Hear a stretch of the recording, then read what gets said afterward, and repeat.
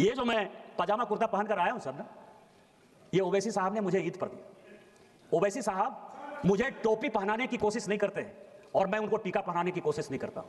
टोपी पहनने से मैं मुसलमान नहीं हो जाऊंगा और टीका पहनने से ओवैसी जो है वो हिंदू नहीं हो जाए। हम दोनों नदी की वो धार में राष्ट्रीय स्वयंसेवक संघ का कट्टर आदमी है। हमारा मुसलमान के साथ किसी प्रकार का कोई रिलेशन नहीं हो सकता, लेकिन जब देश की बात आती है, ऑपरेशन सिंदूर की बात आई, तो हम और ओवैसी एक साथ थे और हमने और ओवैसी ने देश के बारे में जो बात कहा वो सबसे इंपॉर्टेंट है सर। कि जब सऊदी अरब हम लोग पहुंचे और वहां का विदेश मंत्री जब हम लोगों को कहा कि आपको पाकिस्तान के साथ बात करनी चाहिए और ओवैसी जब उसको समझाने में नाकामयाब हो गए तो उन्होंने कहा कि निशिकांत जी आपको बोलना चाहिए। और मैंने कहा कि वो सरकार नहीं है, हम आपको सुनाने आए हैं, हम आपकी बात सुनने के लिए नहीं आए हैं। मनमोहन सिंह नहीं है हम कि 2008 में मुंबई बम ब्लास्ट हो गया और आपके कहने पर इसी सऊदी अरब के दबाव में, इसी अमेरिका के दबाव में, शर्म एल शेख में आपने जाकर समझौता कर लिया, एग्रीमेंट हो गया। पहली बार भारत सरकार ने कॉम्प्रोमाइज करते हुए ये बता दिया कि बलूचिस्तान में जो कुछ हो रहा है वो भारत सरकार का उसमें योगदान है।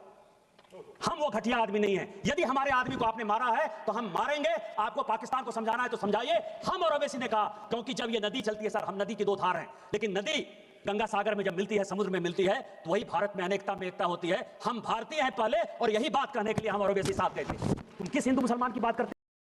ये रिजोल्यूशन है और इस रिजोल्यूशन में लीडर ऑफ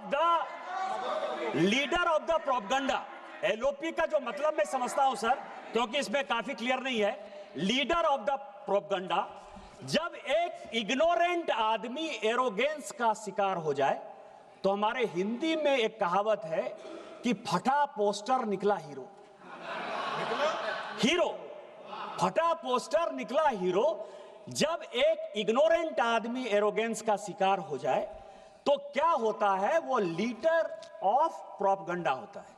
और एलओपी के बारे में ये पूरा इसमें डिस्क्रिप्शन है सर। कॉल एंड सगदर ने लिखा है कि लीडर ऑफ द अपोजिशन कौन होगा और लीडर ऑफ द अपोजिशन के क्या अधिकार होंगे।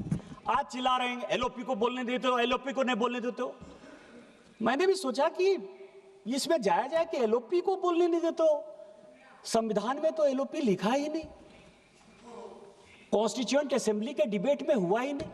47 से लेके 77 तक सर एलओपी कौन होगा इस देश का?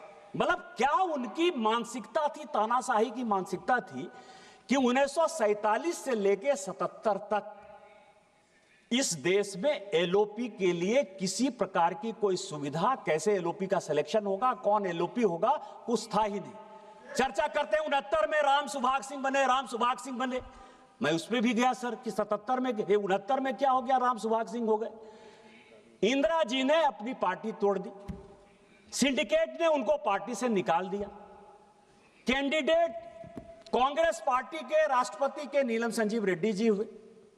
इंदिरा जी ने अपना कैंडिडेट बीबी गिरी बना दिया। अंतरात्मा की आवाज पर वोट हो गया सर, और उस अंतरात्मा की आवाज में बीबी गिरी साहब जीत गए। कांग्रेस पार्टी दो भाग में विभक्त हो गई। ऐसी सिचुएशन हो गई कि इस सरकार को गिरने के अलावा कोई उपाय नहीं था।